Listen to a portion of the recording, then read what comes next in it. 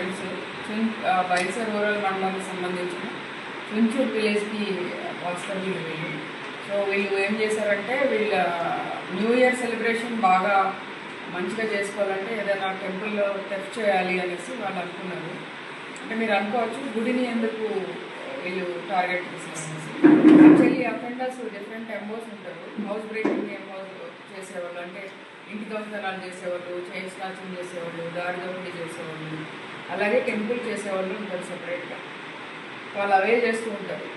So అందుకని first వాళ్ళు ఈ గడ్డెన బాగుకి వెళ్ళే దారిలో హనుమాన్ టెంపుల్ ఉంటుంది కదా పెద్దది, అది చేద్దామని వెళ్ళారు. అక్కడ వీలుగా లేదు. సో దీనికోసం వచ్చారు. తర్వాత వచ్చాక అక్కడ చూస్తే హుండీలో పెద్దగా లేవు డబ్బులు, కొద్దిగా నాణ్యాలు ఉంటే అవి తీసుకున్నారు. తర్వాత ఇవన్నీ దొంగతనం చేయడం జరిగింది.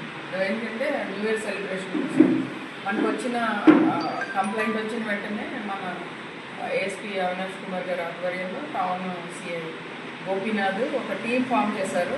ఆ టీం అంతా కూడా వీళ్ళు ఆ ఏరియాలో యాక్చువల్లీ అన్ఫార్చునేట్లీ ఆ టెంపుల్లో సీసీ కెమెరాస్ లేవు.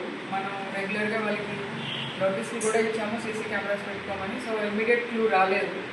చాలా కష్టపడి బైన్సా మొత్తం దాన్ని అడ్జస్ట్మెంట్ ఏరియాస్లో ఎక్కడెక్కడ సీసీ కెమెరాస్ ఉన్నాయని చూసి తర్వాత రకరకాల మనుషులతో మాట్లాడి human intelligence and CC cameras దీంతో ఒక క్లూ వచ్చింది మనకి.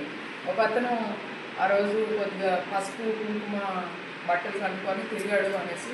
సో దాన్ని తీసుకొని మన టీమ్ మెంబర్స్ అందరూ కలిపి బాగా వర్కౌట్ చేశారు.